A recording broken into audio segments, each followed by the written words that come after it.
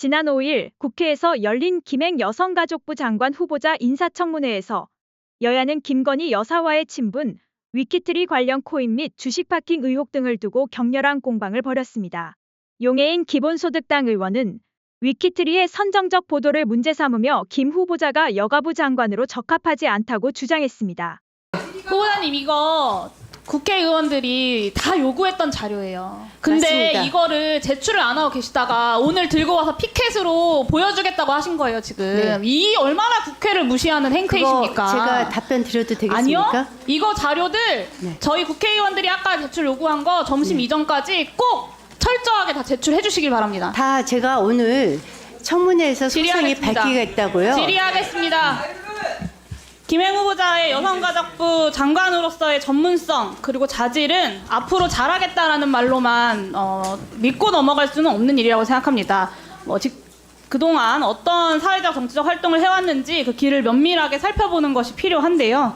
그 점에서 언론을 직접 운영하신 김행 후보자 경력에 대해서 검증을 하려고 합니다. 사실에 기반해서 성실하게 답변해 주시면 좋겠습니다.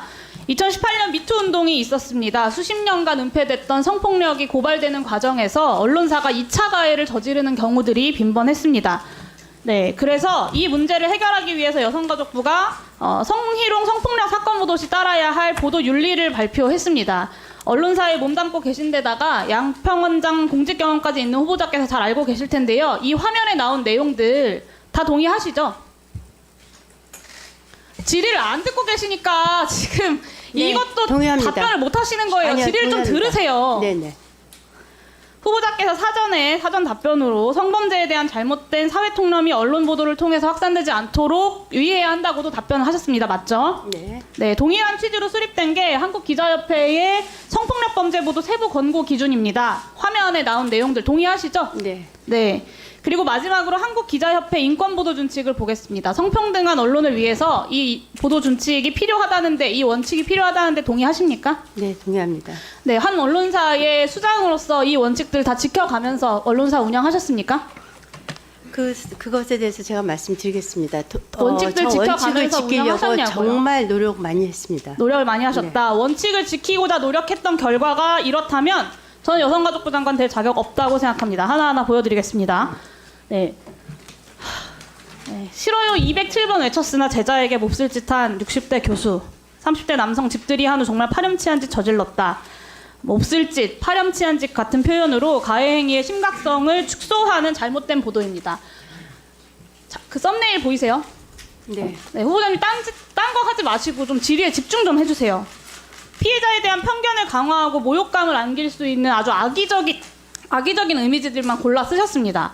다음 페이지 넘겨주세요. 네, 소속사가 여자 연습생에게 속바지 벗고 사진 보내라.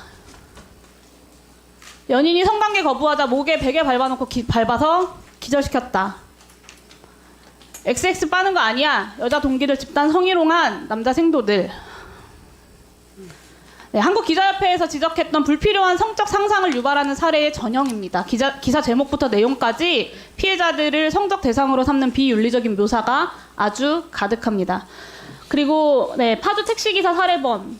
피해자가 놀랍게도 이 직업이었다. 피해자의 직업이 범죄의 원인이 된 것처럼 보도를 하면서 가십거리 삼는 전형적인 2차 가해 보도입니다.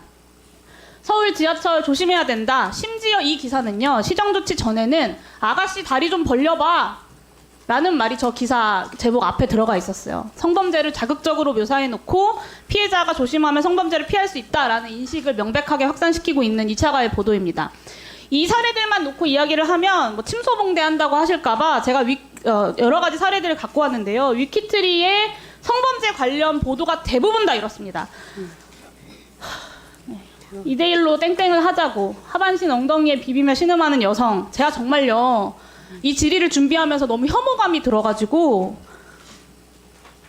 입에 다 담지도 못하겠습니다. 이 보도들 대부분이요, 김행 후보자가 경영에 관여한 이후의 기사들입니다. 그리고 언중이의 시장 공고를 받았던 기사들이에요. 근데도 지금까지 위키트리 홈페이지에 남아 있습니다. 그 사건에 대한 보도만 문제가 아니라요, 여성 유명인에 대한 성적 특성만을 부각한 성희롱적 보도도 악질적으로 양산을 했습니다. 넘겨주세요. 역대급 노출이다. 눈 풀렸다. 갈 때까지 갔다. 오우야. 이게 위키트리가 여성을 대하는 태도였어요. 그리고 팩트체크 없이 각종 커뮤니티들의 논란 글들을 퍼다 나르면서 유명인에 대한 사이버 불링도 조장했습니다. 지난 몇 년 동안 가십성 기사와 성희롱 그리고 악성 댓글로 인해서 여성 유명인들의 죽음이 연달아 발생했음에도 불구하고 반성하는 모습이 없이 계속해서 이런 기사들을 양산했고, 누군가를 죽음으로 내몰면서까지 트래픽 수를 올리는 데에만 위키트리가 정신이 팔려 있었던 겁니다. 모 여성 유명인이 스스로 세상을 등진 이후에 나흘 동안 그 유명인 관련된 기사가 몇 건인지 아시나요? 73건입니다. 네. 생전에도 굉장히 집요한 가십성 보도로 그 고인을 괴롭혔거든요. 근데 사후에도 무분별한 기사화로 죽음마저 논란으로 만들었어요. 저는 황색 언론이라는 말이 고상하게 느껴질 지경입니다. 김행 후보자께서 이런 기사들로 돈을 버셨어요. 그러니까 혐오 장사로 주가를 79배를 급등시켜서 100억대의 주식 재벌이 되셨습니다. 돈을 벌기 위해서는 여성 인권이든 2차 피해든 크게 개의치 않는다. 트래픽 수만 올리면 성공한 기업이다. 이런 마인드로 회사를 운영하면서 차별과 혐오에 기생해서 100억이 넘는 자산을 증식을 시켜놓고 여성가족부라는 공직까지 맡겠다는 건 너무 욕심이 과하신 것 같습니다.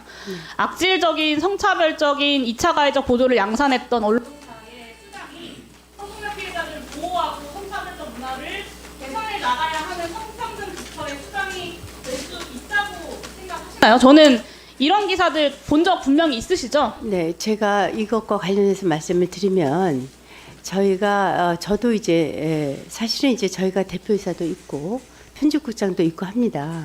그래서 저도 사실은 이제 뭐 부회장이 기사를 직접 안 보니까 그렇다고 면책하겠다는 얘기가 아닙니다. 저도 부끄럽고 이게 지금 현재 대한민국 언론의 현실이기도 합니다. 본인이 그 언론사의 대표세요. 저도 마찬가지고요. 본인이 그 언론사의 대표시고요. 부회장이 기사 하나하나를 보지 않는다 하더라도 언론사의 운영 기조와 방침이라는 게 있는 겁니다. 그래서 제가 언론사를 운영하신 거예요. 그래서 제가 말씀을 드리는데요. 부끄럽다고 이야기하시면 지금 그 자리에서 전 사퇴하셔야 된다고 생각합니다. 제가 말씀드리겠는데요. 사퇴하세요. 부끄럽다고 인정하셨으니까. 여성가족부 장관 부처의 장으로서 본인이 이런 언론사를 운영했던 대표로서, 현직 대표로서 어울린다고 생각하십니까? 이에 네티즌들은 우리 사회에 저런 측면이 없지 않으나 저런 기사를 독려해 돈을 번 사람이 여성가족부 장관을 하는 건 아니지. 석열아, 제발 좀 정신 좀 차리자.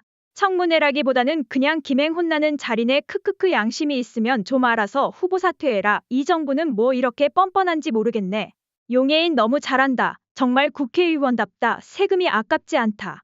청문회장을 도망간 사람은 어디 있나요? 국민이 보고 있는데 도망가네. 근데 장관을 하겠다고 아주 국민을 개무시하는 후보자네. 라는 반응을 보였습니다. 자, 그러면 지금부터 잠시만 주목해 주시길 바라겠습니다. 제가 구독자분들을 위해서 깜짝 선물을 하나 준비했는데요. 제가 항상 여러분들께 뭐라고 말씀을 드렸나요? 뉴스만 평소에 잘 챙겨보셔도 돈이 된다.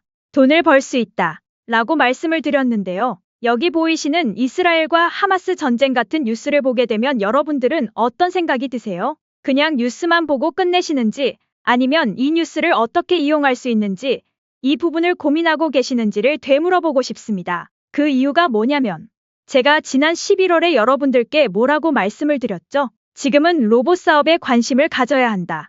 뉴스만 보고 그냥 넘기지 마시고 투자 쪽으로 생각을 한번 해보셔야 한다라고 말씀을 드렸습니다. 그리고 나서 이런 썸네일이나 뉴스들을 통해서 많이 보셨을 텐데요. 이런 로봇 산업이 이슈가 됐을 때 부자들은 어떻게 생각할까요? 로봇 관련주는 뭐가 있는지, 어떤 종목이 가장 좋은지, 어디에 투자해야 돈이 몰리는지를 자연스럽게 생각한다고 제가 말씀을 드렸죠. 그 이유가 뭐냐 하면 부자들이 봤을 때는 이슈가 돈으로 이어지고 그 이슈가 나에게 돈을 벌어준다는 경험적 확신이 있기 때문에 부자들은 항상 이런 사회적 이슈를 관심 있게 챙겨본다.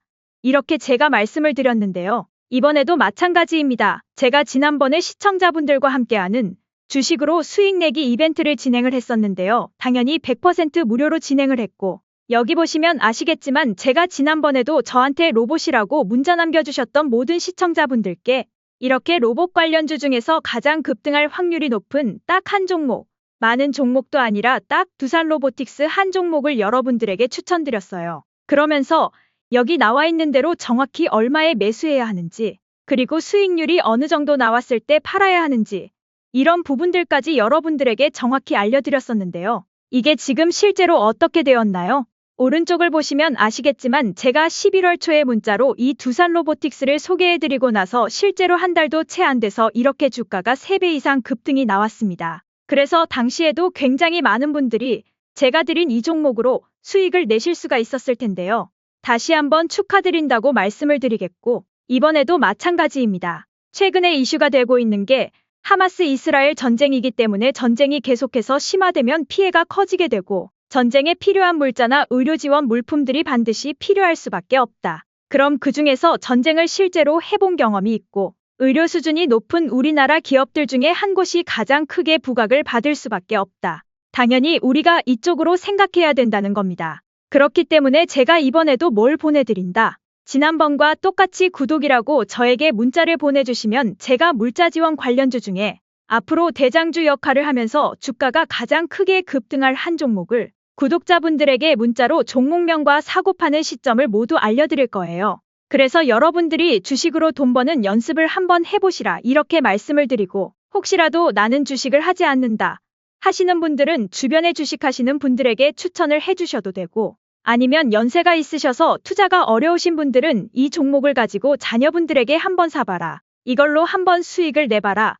이렇게 조언을 해주실 수도 있는 거겠죠. 그래서 지금 이 영상을 보시는 시청자분들 중에 나도 이번 종목이 좀 궁금하다 하시는 분들은 누구나 상관없이 그리고 어느 시간대나 상관없이 부담 없이 이렇게 상단에 제 번호를 항상 남겨놓고 있습니다. 제 전화번호 010-9724-5948번호로 저에게 이런 식으로 지난번처럼 구독이라고만 문자 보내주시면 제가 이번에도 똑같이 무료 추천 급등주 문자를 보내드리겠습니다. 이해되시죠? 그래서 제 번호 010-9724-5948번호로 구독이라고 문자 보내주시면 여러분들이 직접 이슈를 통해서 돈 버는 연습을 해보실 수가 있는 거고 제가 돈을 받는 것도 아니고 투자를 대신해 드리는 것도 아니니까 부담 없이 신청해 주시면 되는 겁니다. 그리고 수익이 나면 저는 다른 것은 바라지 않습니다. 제 채널에 구독, 좋아요 한 번씩만 눌러주시라. 이렇게 다시 한번 말씀을 드리겠습니다. 감사합니다.